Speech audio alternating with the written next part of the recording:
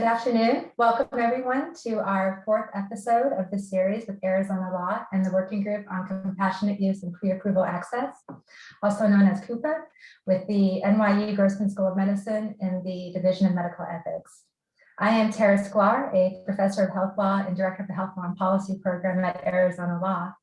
We started this series with CUPA over the summer because we saw a number of legal and ethical issues emerging during the pandemic, and also many lessons learned from what we've been seeing going forward. So in case you've missed it, you might be very interested in some of our previous episodes. If you take a look at the chat function, you can see a link to access them. And then just in general, we'll be posting links in chat throughout today's webinar. So please copy and paste anything that you think you might like to check out further. The prior episodes we've done so far cover a range of topics, everything from the development and equitable access to COVID-19 vaccines and therapies, to taking care of non-COVID patients during COVID, to using real-world evidence from expanded access, particularly with the convalescent plasma for patients with COVID.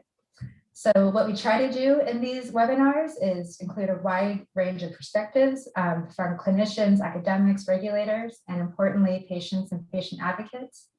A primary goal that we have in the health law program at Arizona Law is to really have these broad and inclusive discussions with real ethical dilemmas.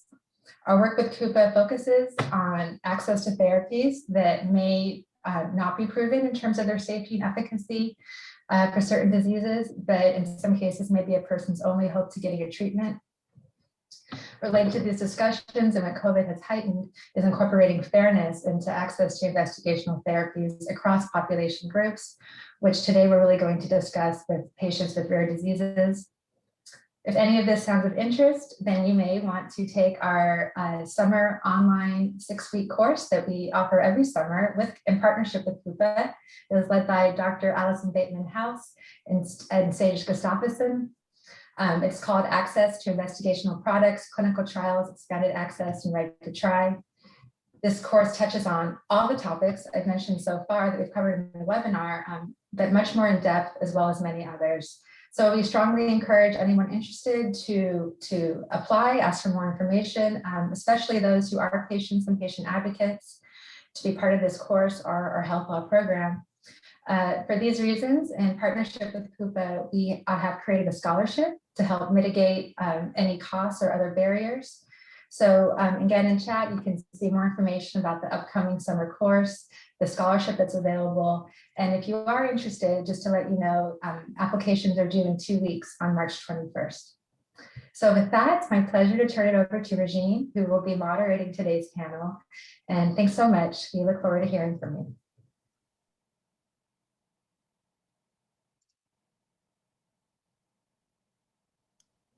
Oh, Regine, you're muted.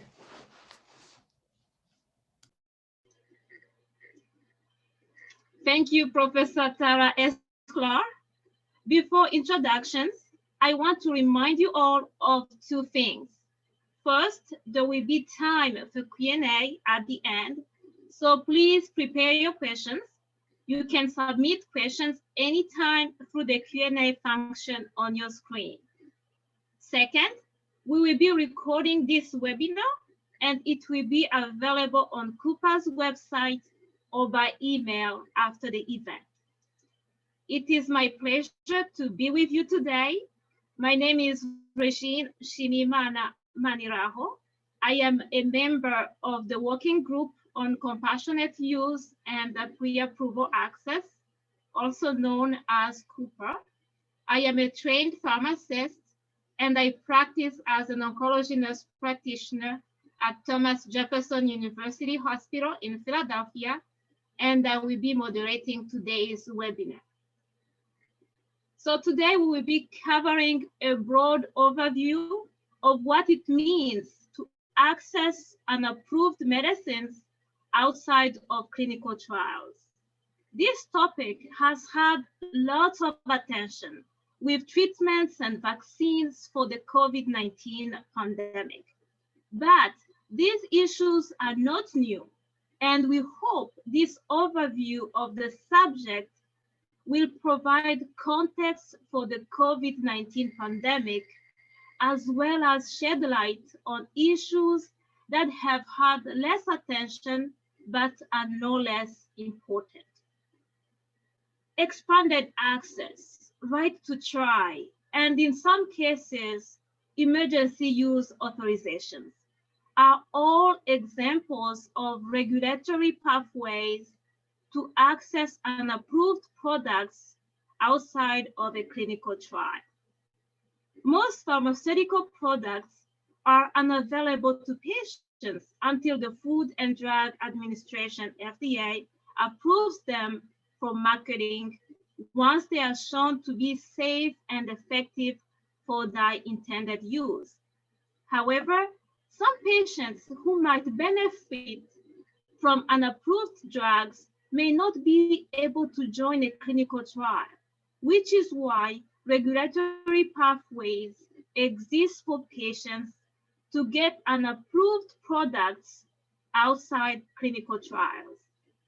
These pathways raise numerous legal, political, and ethical concerns, ranging from informed consent and patients who might not understand the risk to how fairly these unapproved products are shared among patients who might benefit.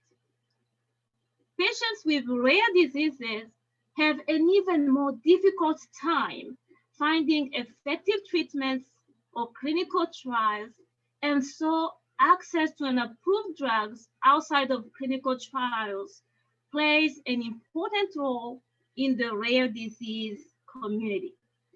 Today, we will hear from 4 panelists who all have expertise in non-trial pre-approval access. They will address the process of getting access to unapproved products, the ethical concerns, the political challenges, and the impact of these decisions on patients who are hoping for the best possible care in the face of uncertainties. I will introduce the panelists in the order that they will present. Our first presenter is Lisa Kearns. Lisa is a senior researcher in the Division of Medical Ethics at NYU Grossman School of Medicine. She is a long-standing member of one of our sponsoring organizations, the Working Group on Compassionate Use and Pre-Approval Access, Cooper.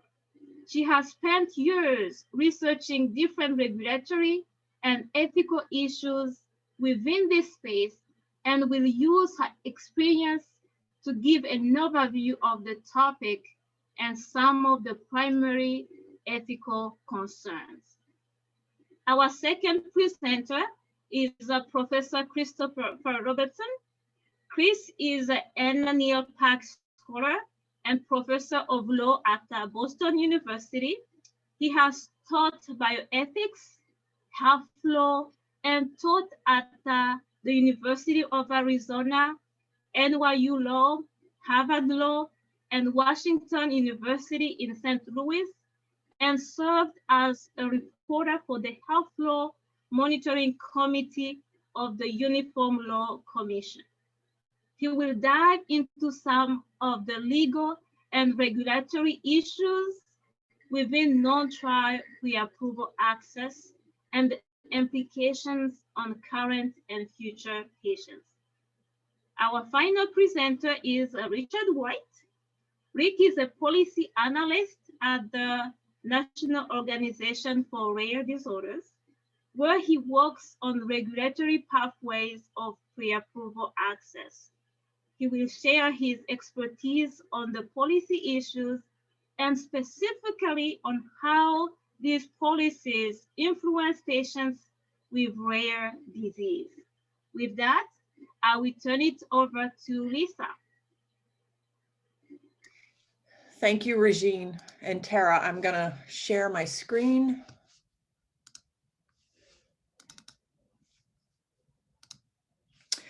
And here we go.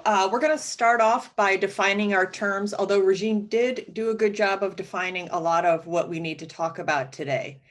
So we're going to talk about investigational medical products. That's the subject of today's talk. And as you saw from the title, they can also be called experimental, unapproved or pre-approved or unproven medical products. And these are just products in development. They're under investigation, hence investigational, that haven't been approved by a regulatory authority, such as the FDA in the US or the EMA in Europe and various ones around the world. There are three ways that patients can access these investigational medical products before they're approved. The first is via clinical trials. The second is via non-trial pre-approval access. And the third is via EUA, emergency use authorization.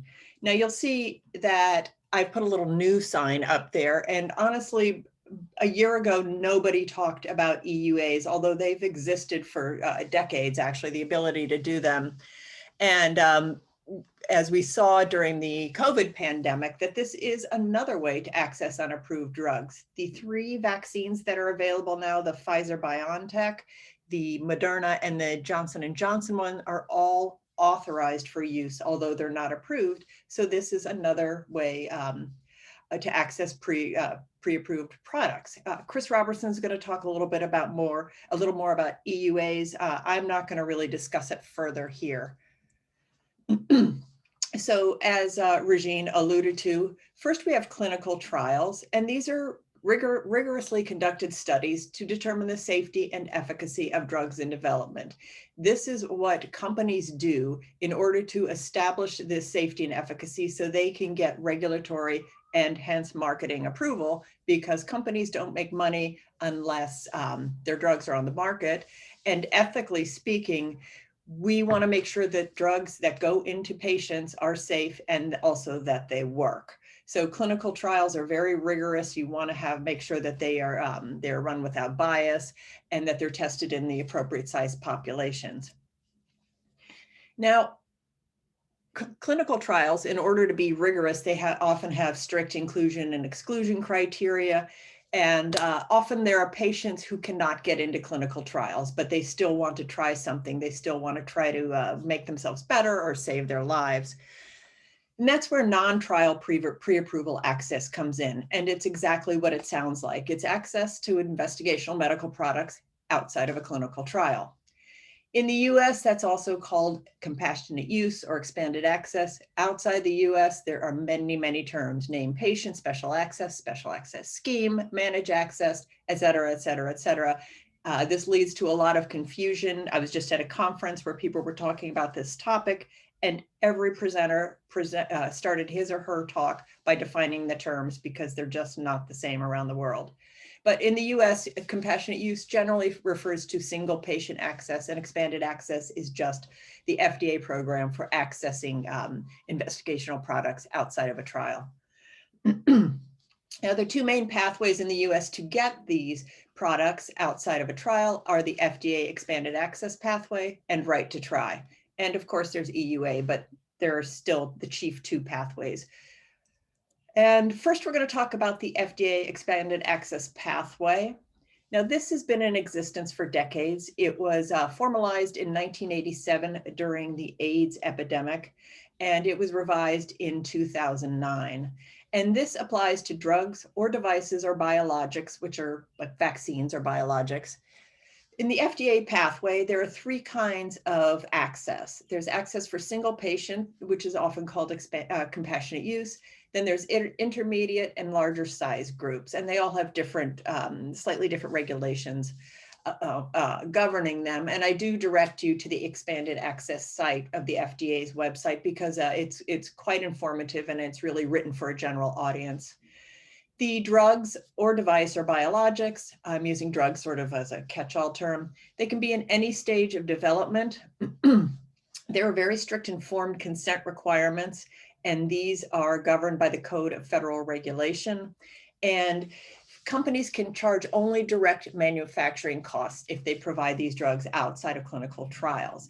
Now, it can be no profit made off of this.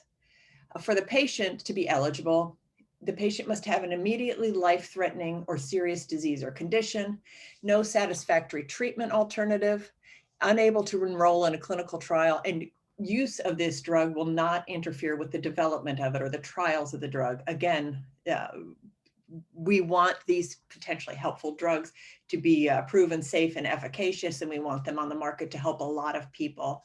And there must be a favorable benefit risk assessment for the patient. The physician in this, in pre-approval access, must identify a promising drug that will help this patient and then request it from a company. Now, if the company agrees, the physician requests FDA sign-off and IRB approval, and IRB is an institutional review board, also called an ethics committee, and these exist to protect patients who are undergoing, usually it's research, but also in this particular case, IRB approval is required as well. And you see, I put up there that the FDA allows 99% of requests to proceed. And then there's also a serious adverse event reporting requirement as soon as possible, but no later than 15 days. And this is important because suppose somebody takes a drug provided via the expanded access pathway and has, say, a cardiac event.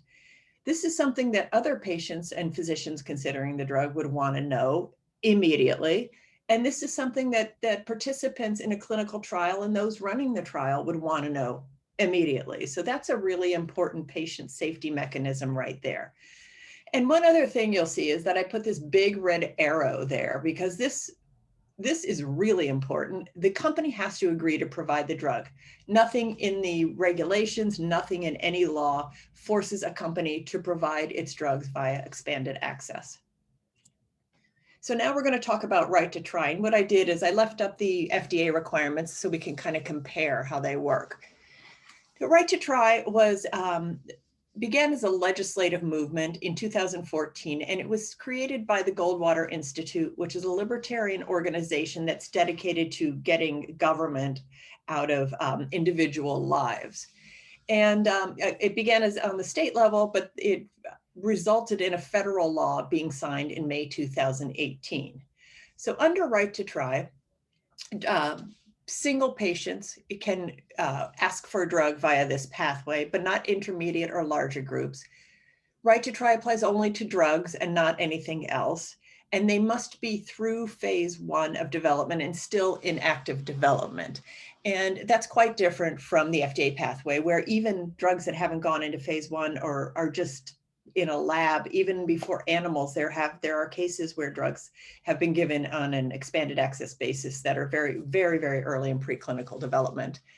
There are informed consent requirements, but they're not strict. There are no requirements in the law for what must go in there. Remember, the FDA requires them to adhere to Code of Federal Regulation standards. And then there is also the same charging stipulation that there's no profit to be made, only direct manufacturing costs, but there is no oversight of this. Remember, the FDA has been legislated out of right to try. So there's no oversight of what a company will charge. And under the FDA, you basically, as we like to say, you have to submit the receipts and show that you're not charging for more than direct costs.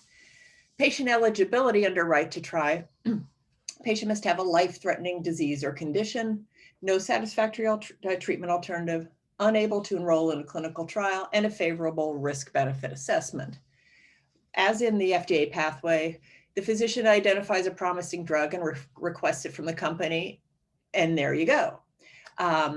There's no FDA sign-off because the goal of right to try is to get the FDA out of the picture.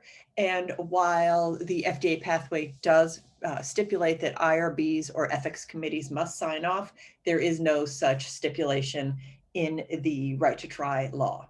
And as for the serious adverse event reporting, as I mentioned, this is a very important one for patient safety, but under right to try, it's only required annually. And right now there's a proposed guidance out that has finished receiving comments, and they're trying to set the conditions for this reporting. It will be annually. They're trying to decide if it's due 2 months after the end of the year, 3 months. And this could be very harmful to patients, because suppose a patient takes a drug and under right to try in January has a serious event. nobody might know about it for a full year or even as much as 12, 13, 14 months later. So I do want to highlight that. Oh, and again, there's the red arrow under right to try as well. The company must agree to give the drug out. It's not mandated in the right to try law itself or anywhere else. So I'm going to cover some of just the major ethical concerns. As Regine said, there are lots of them. They involve consent, especially with right to try and the lack of detailed consent requirements. But some of the bigger ones, the weak informed consent, there's a blanket liability for drug companies under right to try. And that means that if what the company gives a patient is harmful, then there is no legal recourse. The company could also do something intentionally wrong, could give you a vial of lemonade and tell you it's what you asked for, and there's no legal recourse.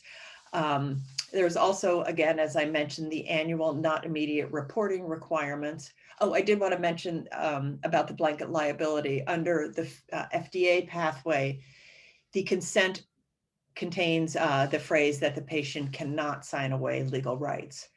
And as I mentioned, there's no oversight of what companies can charge under right to try. Now, I don't want to be a complete, negaholic about right to try, but there were some good things to come out of the whole movement. And one of them, I think the biggest one, is the increased awareness of expanded access. A lot of people didn't know that you could actually get drugs before they're approved by the FDA and outside of clinical trials. So that was very important.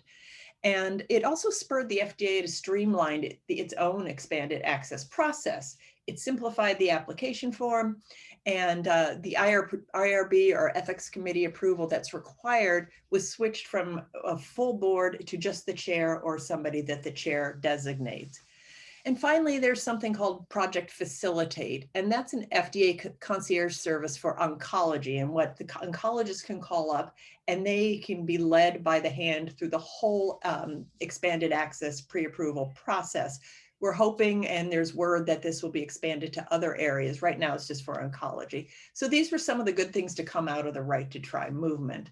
And then to discuss some of the more like the regulatory policy implications, we're going to go to Christopher Robertson now. We're also going to discuss why this topic is important to companies. And then Richard is going to tell us why this kind of access is of special concern to patients with rare diseases and patients with unmet needs. And thank you very much.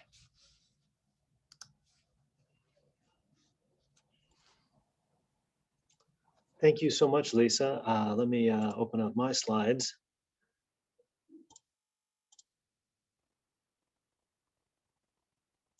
Great. So as the designated lawyer in the group, I thought I would start with some law. And so this is the actual excerpt from the Food, Drug, and Cosmetic Act, which really sets up this pre-market approval system, which is fairly unique. And when we think about consumer products, and I think when we think about drugs as a consumer product, it's fairly unique in requiring the governments to first approve the product before you bring it on the market. And that's a distinctive feature of this regulatory system that really then sets up the rest of our discussion about accessing drugs before that approval. And so if we look at how the FDCA, the Food, Drug, and Cosmetic Act, defines a drug, it's really the intention of the drug maker that converts any given chemical compound from a cleaning product or a vitamin to an actual drug based on the intent of the drug maker. And it's that intent that it be used in diagnosis or cure or mitigation or treatment of disease. This intention becomes important because that intended effect then creates the next statutory hook, really, for whether the Secretary of HHS, as designated into the FDA, should approve the drug based on its intended uses as recognized on the label. And it really sets up a two-pronged test. One is proof of safety, and the other is proof of efficacy. And if you don't have both of those indicia, then the drug is supposed to be rejected under the statute. So we then have this requirement under the statute that drugs be labeled with adequate instructions for all the intended uses, explaining what doses are appropriate, what populations are appropriate, really the delivery. There's a big difference between an intravenous drug and an oral drug, or a drug to be used on your skin. And so if a drug doesn't have all its intended uses on it under the statute and regulations, it's considered misbranded. And so this is the statutory requirement that requires the company, if they have multiple uses for a drug, they actually need to come back to the FDA and ask for approval for each one so that we can build the evidentiary base for it. So when you put these sets of statutory and regulatory requirements together, they're really designed to compress the company's intended uses with the uses that are proven safe and effective and the labeled uses. So they all then, the ones that appear on the label are those that are proven safe and effective. And that alignment is really the statutory purpose. And you notice this regulatory system reflects this larger principle that before profiting from a product in this domain, you have to prove that it's actually safe and effective. And of course, this is different than other domains, like, for example, nutritional supplements. You don't have to prove they actually will improve your health to get a nutritional supplement on the market, but you do for a drug. And that's why that definition I shared earlier is so important. And I'm going to come back to this principle. I really think it is motivating to help see the forest for the trees. Okay, so if we think about why does the FDA, why did Congress require this pre-market approval process? There's typically an obvious answer. Well, it's some form of paternalism, that the government knows better than you what you should put in your own body. But I think a better explanation is really production of knowledge. Because as we've seen in other domains, if you don't require that proof, it never gets done. And you can have 20% of our US economy sucked up in healthcare that we never find out whether it's working or not. And so by putting the onus on the company that wants to profit from the product, we force them to produce knowledge so that we can make smarter decisions about what to put in our own bodies. So that really sets up this slide. That's the sort of front door of the FDA, how to get access to a new product. Well, to prove it's safe and effective and get a new indication. And that's the first bullet I have here. The second approach to get access to a product, though, is get it approved for one thing, like, say, bladder cancer, but then ask your physician to prescribe it off-label for another thing, like brain cancer, say. And for various legal reasons I don't have time to get into, that's allowed in the US, off-label prescription. And in fact, a lot of times that is the answer that patients seek. There's another drug that's already been proven safe and effective in a related domain, and sort of like going next door and trying it for yourself is a great alternative in some cases. Although most off-label uses have a very poor evidentiary base, and higher adverse events are associated with off-label use. So although that's the sort of next best thing, sort of caveat emptor. The third bullet here, we don't usually put on slides like this, but it's actually kind of important. People have been going to other countries to access drugs for decades. Way back in the 60s, for example, there was a scandal around a product called Latrell that people thought was the next wonder drug for cancer. Turned out it was actually, full of arsenic. But traveling to another jurisdiction is another way to access drugs if they're either approved there or if it's essentially anarchy there. Again, caveat emptor. The next three bullets are really what we're focusing on today, but I do think it's useful to look at this broader context, is clinical trials. The great thing about clinical trials is they're very highly organized, and they can be free or inexpensive for you to participate in. But they often have very specific inclusion and exclusion criterion. You have to have just the disease they're trying to treat and maybe even be in an age range that they're trying to target, not have other comorbidities. And another problem is just simply geographic. These tend to be historically done at major academic medical centers, for example. And if you live in a rural area, you might not have a clinical trial going on near you. So Lisa really set up the next two, which are expanded access and right to try. I'll touch on those again in a moment, but let me delve a little further into emergency use authorization, which has been in the news a lot lately due to COVID-19. So the statute, again, putting on my lawyer hat, is under the Food, Drug, and Cosmetic Act, Section 564 and 564A and 564B, requires this public health emergency like COVID-19. The secretary has to find that there's no adequate approved alternative. They have to find the product that's in front of them, like, for example, the Moderna vaccine may be effective. It's a lower statutory standard than the normal one for approval or for licensing. So I think it's useful to say that there is no approved vaccine right now. There's no licensed vaccine, but there is one that's FDA authorized for emergency use. And then the statute, like a lot of statutes, has just a cost-benefit analysis, weighing the risks versus the benefits. And then finally, there's a requirement that patients that receive have to be told this is not an approved therapy or prophylactic, and you have the option to refuse it. But right now, scholars and lawyers are debating on, well, can that option to refuse have consequences attached to it? Like, can you be required to take the drug or the vaccine as a condition of going to work, for example? I think the answer is yes. Other scholars said no, but we can talk more about that. So going back then to expanded access and right to try, this is a GAO comparison of the two main pathways. They'll largely cover the same ground that Lisa covered. I just thought I'd highlight it again.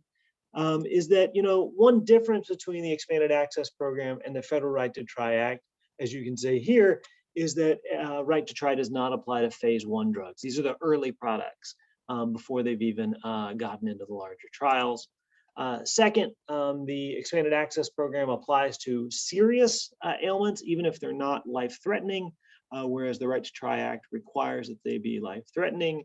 On the other hand, the Right to Try Act cuts out the FDA and also cuts out the IRB, the Institutional Review Board or Ethics Committee. Now, one thing this chart doesn't show is that Lisa alluded to is that under the Right to Try, you cannot sue doctors or companies or even pharmacists that are involved in Right to Try, even if they act negligently in giving you the product. Even if they act unreasonably under the circumstances, you cannot sue them if they injure you. And so, on the other hand, that seems like a big difference under the statute, but in the decades or so leading up to the passage of the statute, researchers have been unable to find any cases of actual liability around expanded access. And I have since tried to update this myself, still can't find anything. Really drives your research assistants crazy, asking them to search for things that don't exist, but that's what they're there for. So why do we not see a bunch of liability around expanded access? Is because the standard operating procedure has all these sorts of checks built into it. First, the legitimate company itself doesn't even get into the business of expanded access unless they're confident about their product and they disclose what they know or they don't know. The patient's physician is the first gateway. They're not even going to propose it if it's not reasonable. Then the FDA is a second gateway to confirm the risks are reasonable. And then you have an IRB coming in to help make sure that the patient understands the choices she's making. And finally, the patient gives a rigorous, robust, informed consent. After going through those 5 gateways, if you end up having that patient sue you, is rare as hen's teeth. So it really presents an interesting choice for the company to say, should we use Right to Try and try to dodge the FDA or dodge the IRB and then avoid paying if we hurt somebody? Or instead go straight through all these checks and make sure that our product isn't going to hurt anyone. And that's why we see most of the major companies, if they get into this space at all, are using expanded access. So in the last part, I just want to touch on how we pay for pre-approval access to drugs, or who pays for it, if at all. And here again, we have that principle of you have to prove it before you can profit from it. And we're in this domain where we haven't yet proven it safe and effective. So the negative implication by modus tollens, if you remember your first year college logic class, is that you can't profit from it. And sure enough, the statute says you can charge companies for giving expanded access or clinical trials, but you have to get the prior authorization of the Food and Drug Administration, and you have to prove to us that it's not going to interfere with trials. You're not going to be diverting patients who would instead be going through trials, so we can keep your drug on track to approval. And I think that's what everyone's shared goal should be, because when you get to approval, you can get insurance coverage, you can get it rolling out into the standard of care, you can reach thousands and thousands and thousands of patients, or millions depending on the product, or dozens depending on the product, that you just can't reach, or you'll never reach through expanded access. And so the FDA says you can charge direct costs of providing the product, but that's not including like the research and development or the facilities. But the problem is that those direct costs are a relatively small portion of the total costs involved with bringing a product to market. I can come back to this in the Q&A, but there's an entire enterprise involved with bringing a new product to market. And the ones that the FDA allows a company to recover costs for are probably actually the minority. In some biologic products, it actually costs a lot of money to produce the unit of drug, but in most cases, the product isn't what's itself costly, it's this entire apparatus around it. And so for this reason, most companies actually don't charge for expanded access if they do provide it in the United States. But there are all these other incidental costs that are in various ways covered by drug makers or healthcare providers themselves, insurers, patients. Some people are even going to crowdsourcing, asking on for donations. And just here at the end of the last slide, I just want to mention why insurers tend to not cover this area is because the contracts that they have with their insureds or patients, and this is true of public insurers too under their policies, exclude coverage for what's called experimental treatments. There are various mandates for clinical trial cost coverage and some distinctions to make around that. But patients typically don't have to pay for clinical trials, or at least not substantially the primary costs. Okay, much more to talk about there. I'm already 90 seconds or over my allotted time, but I did want to give you my Twitter handle at Prof. C. Robertson, and you can also check out my book on health insurance.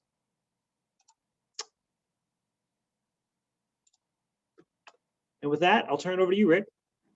Thanks, both Lisa and Chris. I appreciate y'all teeing this up. So hello, everyone. My name is Rick White. As mentioned in the introduction, I'm a policy analyst at the National Organizations for Rare Disorders, or NORD. And I work mostly on FDA issues, including the pre-approval pathways and really anything that deals with drug development. A little bit about NORD. We were founded in 1983 and represent over 320 different rare disease patient organizations and the rare disease community at large. It's estimated that 1 in 10 Americans are afflicted with a rare disease, meaning NORD represents over 30 million Americans that are struggling with a rare disease nationally. We are committed to the identification, treatment, and cure of rare disorders through programs of education, advocacy, research, and patient services. The issue we are here to speak about is extremely unique. Pre-approval access to therapeutics, specifically right to try and expanded access. And as the previous speakers have mentioned, the dynamic history of the program, I hope to talk a little bit about the patient experience. So we've already done an examination of the differences between the pathways, but it's important to note that both processes start with the patient and the provider and end with the sponsor being the sole determinator of access. It's essential that both patients and providers do their research when discussing options. There are resources out there like the FDA's Expanded Access website. Reagan-Udall has an Expanded Access Navigator, and CUPA has some great resources that help inform stakeholders of these processes.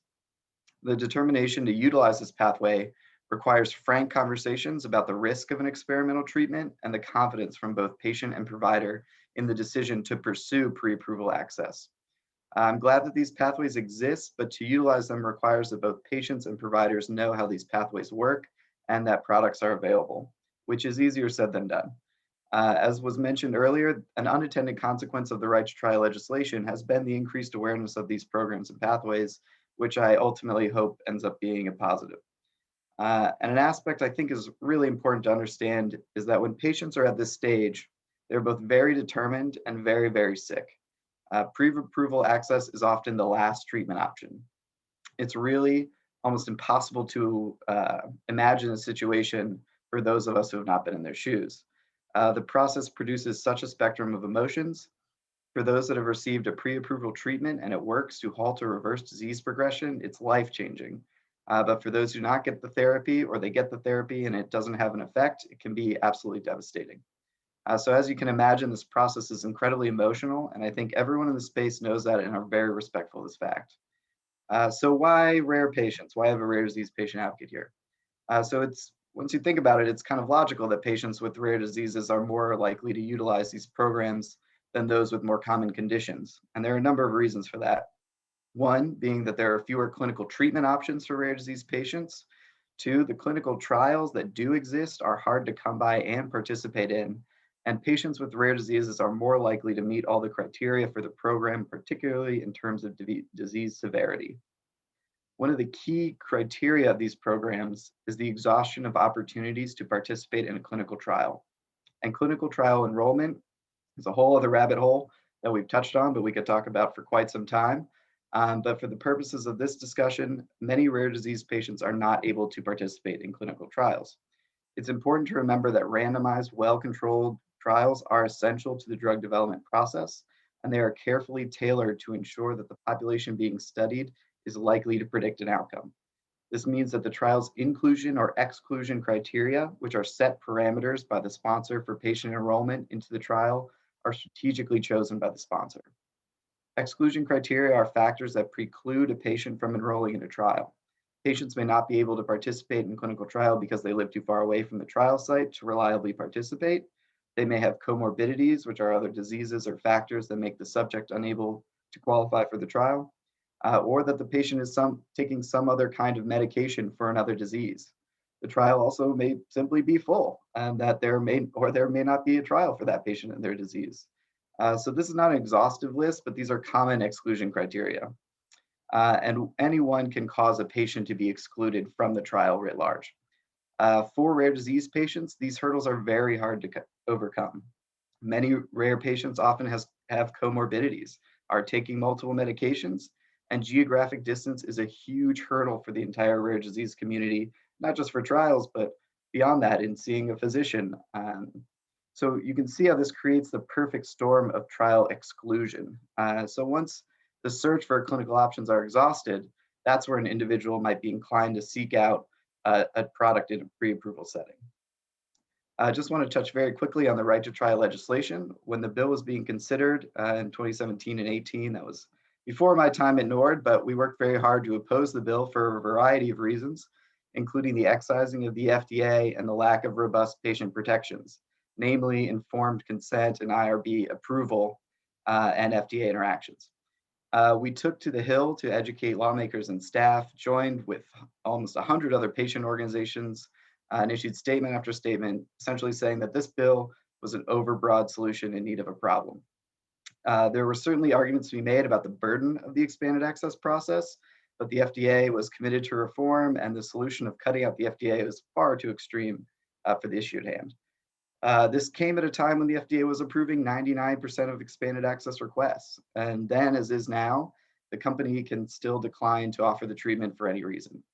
And somewhere along the way, this became the FDA's fault. And despite the historic reality that patients have suffered time and time again when a medical product is not evaluated by an independent regulator for safety and effectiveness and given right to a patient.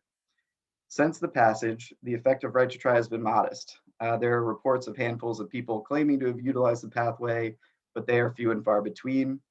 And we are far from the promised flood of experimental treatments going to terminally ill patients. But from what is being reported, many companies are still using the expanded access pathway. So despite the law being relatively new, it's becoming clear that the agency was not the problem, and more likely, interactions with the agency had and are still proving to have value to the sponsor. In these expanded access requests, the FDA has been known to offer advice on assessing dosing and recommended safety improvements for the experimental use. In many ways, sponsors get some extra free advice from the agency because ultimately the FDA wants to be helpful and protect the patient. The shift in FDA's role makes it a much more passive player in the process and makes it harder for the agency to understand the universe of investigational drugs being used in right to try. As I mentioned before, many sponsors have chosen to continue to utilize the FDA expanded access program despite the existence of the right to try pathway because the process is that much more robust. I think it's important to understand these concepts we've talked about today because in the past, there's been a real lack of understanding about what is reasonable for the FDA and sponsors. And that's led to this political movement, which is at best misguided. We've talked about the difference between FDA expanded access and right to try law, and it's really unfortunate to have had this split happen, especially if the differences in the program cause patients and physicians to take valuable time to evaluate which option they should pursue.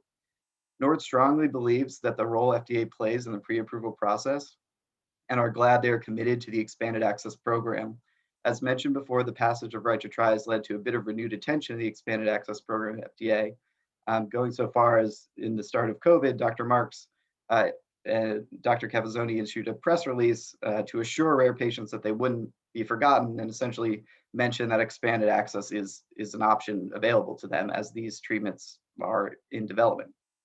I think almost everyone in this virtual room appreciates the work that the FDA does, but there are people who think differently, and it's on us to acknowledge that the best way to protect patients in these settings is to support the FDA. I think it's very easy for people to forget, especially in medicine, that slipping standards have the most severe consequences and often serious illness or death. We're only 60 or 70 some odd years away from thalidomide that started the need for all these protections, and each time the groups have taken a bite out of the regulatory standards, patients have suffered. Which leads me to some concerning incidents that Right to Try has created, which is an opportunity for bad actors to enter the space. It's always challenging as a patient organization or human generally to see grifters come in and try to profit off serious illness by hyping up a product and selling basically sophisticated snake oil to a patient because both the patient and the product would meet the Right to Try criteria. It's unfortunate, and it just gives us another thing to be wary about in the patient advocacy world. Right to Try is the law of the land, so our role is to advocate for all the players in the arena to do the right thing by encouraging ethical behavior and ensuring that sponsors who utilize the Right to Try pathway are extremely diligent about their reporting, especially adverse events, in a timely manner. At the end of the day, this issue does come down to the sponsors. Many companies that offer pre-approval access are applauded and rightfully so, but companies are under no obligation to provide their medicine to a patient for any number of reasons. However, recently we've seen companies be more transparent and proactive about their Right to Try expanded access philosophies to combat misinformation and hopefully bad actors. Companies involved in Right to Try should have a section on their website detailing the program for the public. And the trade group Pharma recently released principles last year on best practices for clinical trials for their member companies. And one of the principles was increasing expanded access for patients. And while these principles are voluntary, it demonstrates that industry is thinking about this issue and supportive of it.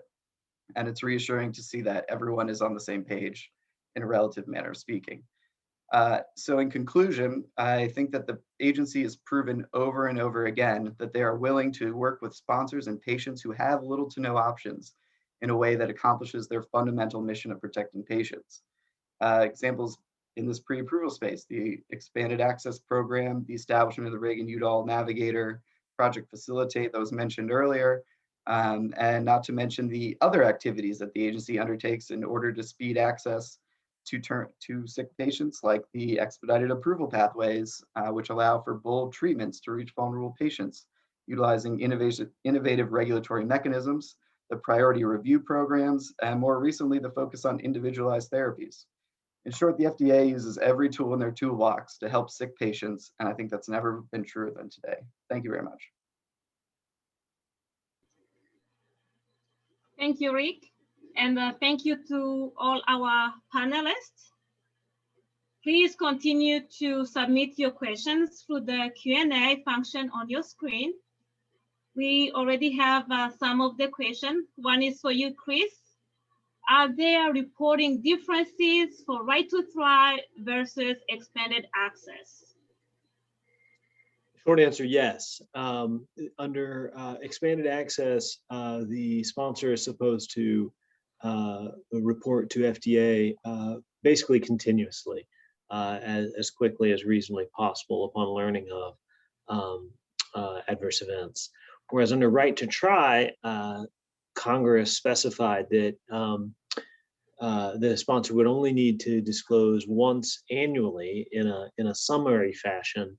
And the statute itself didn't specify even what that summary would have to say. And so that's the process that Lisa mentioned is still being fleshed out by the regulators to try to extract as much information as you can from it, so that it actually produces a safety signal for the company and the FDA. But it really does create a black box for that first year when expanded access could be pretty critical. And the other question is, I think, Rick, you can answer that. Thank you, Chris. For early access program, clinical trials provide pre-approval access to patients via a formal clinical trial. So part of this approach supports collection of detailed safety information. So what is possible to collect a similar level of clinical data for single patient's requests? I think this is a great question, and I don't know if I have an answer right off the top of my head. I think it does speak to the differences of what process a patient needs to go through in advance of this pre-approval expansion, pre-approval access. But if any of the other panelists have thoughts, I'd be happy to hear them. I have additional thoughts. I'm not an expert on this, on what's called real world evidence, actually, but I do know that I mentioned that there were three types of expanded access. There's single patient, there's what they call intermediate, which is more than one and maybe up to 100. These numbers aren't specified by the FDA. And then there are larger cohort expanded access programs, which could be hundreds and even thousands. And for those following the COVID news, there was a gigantic expanded access program at the Mayo Clinic for convalescent plasma.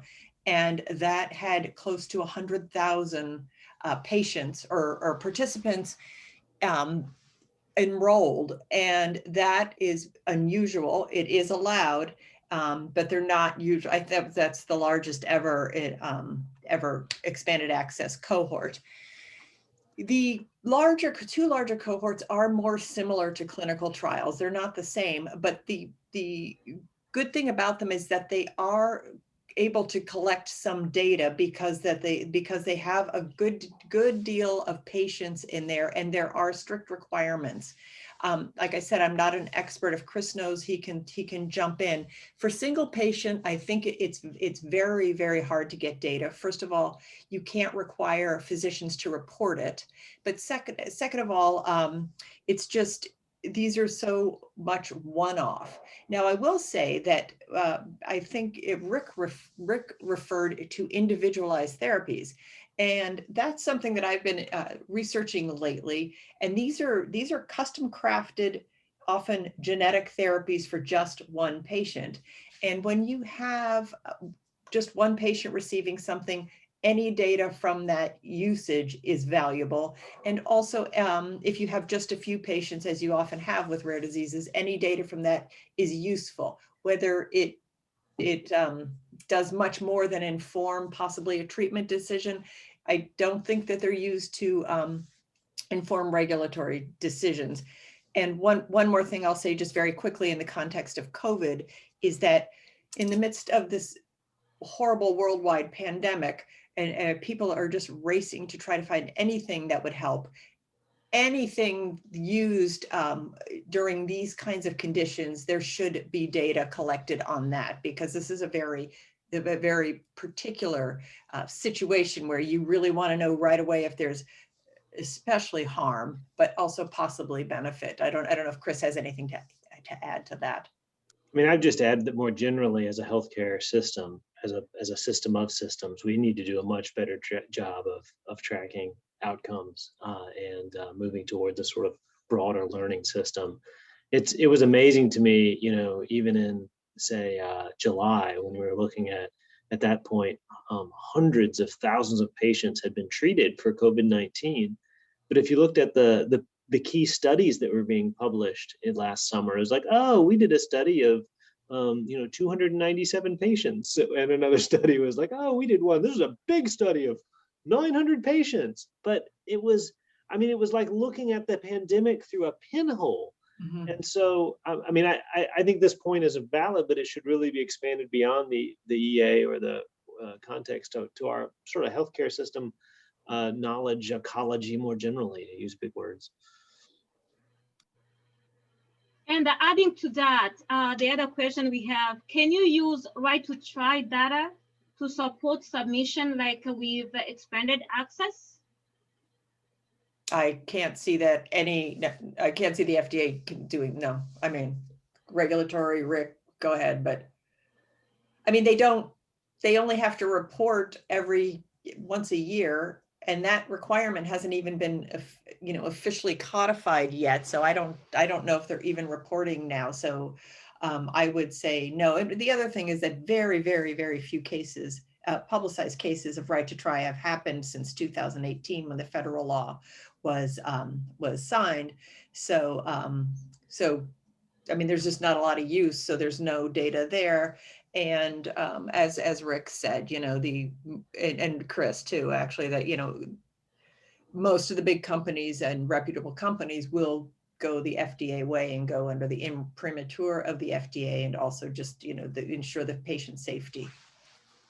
I'll add to this. There is, so one of the features of the RTT statute that we didn't have time to touch on yet is there is an exclusion actually from the FDA relying on any data from the right to try experience, unless the company opts in to the FDA relying on that data, or the Secretary of Health and Human Services makes a determination that it's just essential that they do. But the idea was that they didn't want the risk of an adverse outcome jeopardizing the FDA approval process. And so the framers of the RTT tried to blind the FDA to that process, although it's an imperfect blind for the reason I suggested.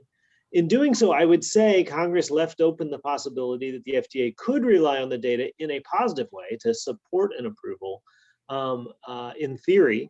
But I think the FDA will often be asking, well, if you're doing this systematically, why didn't you do that as a group expanded access program that we could have helped you design, and then we might have had meaningful information. But bringing us these 4 patients that you did in this right to try context, it's sure you can give it to us, but it's just not going to be very persuasive. And the last point, I'll just, the main way you bring data for an approval is through pre-registered clinical trials that you have negotiated with the FDA. And so just in terms of weighting, those trial outcomes are going to be 100 times more important and persuasive to the FDA than any number of right to try or expanded access, really anecdotes. Sure, the FDA can think about those and look at them, but they're just not nearly as important as the more systematic approach. That's why the FDA is there in the first place, is to facilitate that systematic approach. Yeah, I'd agree. A couple patients does not a clinical trial make. And we have another question in the queue as well. Thank you. So it's asking, does anyone have data on the effects of Project Facilitate on oncology expanded access? More requests handled, a faster request handling, or? Yeah. I would direct the questioner and anybody else interested to the Project Facilitate site. Just Google Project Facilitate, you'll go there. They did actually just, I think it was just within about the past 6 months or so, they released data. And yeah, I think I'm trying to remember. I think it was possibly in the hundreds. I don't quote, if any of, if Chris or Rick or somebody else even listening heard that, or Sage, I have that information, but you should be able to find it on the site. And if not, you can email me, but that was presented. Yeah, as I recall, the Reagan-Udall Foundation that did an evaluation. It came out positive. Project Facilitate's helping. I don't have the data ready to present or anything, but that's really motivated some broader conversations. Why aren't we doing this same thing for other areas of the FDA as well? Project Facilitate's focus, as the questioner said, is on oncology, but it's a great model to throw open the front doors to receive these sorts of access requests. Yeah, thank you very much. I think we have some more questions, but we are really just about out of time. So I just want to take this opportunity to thank you all again for joining us. We hope you have found this interesting. We always take feedback very seriously. So if you have questions we didn't get to answer or ideas for upcoming webinar, please email Coupa Project Manager Sage Gustafson, and her email is in the chat, or reply to any of the emails you've received from Eventbrite about this event. We also have a wide range of additional resources on our Cooper website, the link to which is in the chart. I want to take a moment to remind you all about our upcoming Cooper courses, which we are putting on in conjunction with the University of Arizona Health Law Program. The deadline to apply for the Patient Scholarship Program is on March 21st. And we hope that you apply or send that information to whomever might be interested. There is more information on that in the chat as well. Again, thank you very much for attending. Stay safe and have a wonderful day.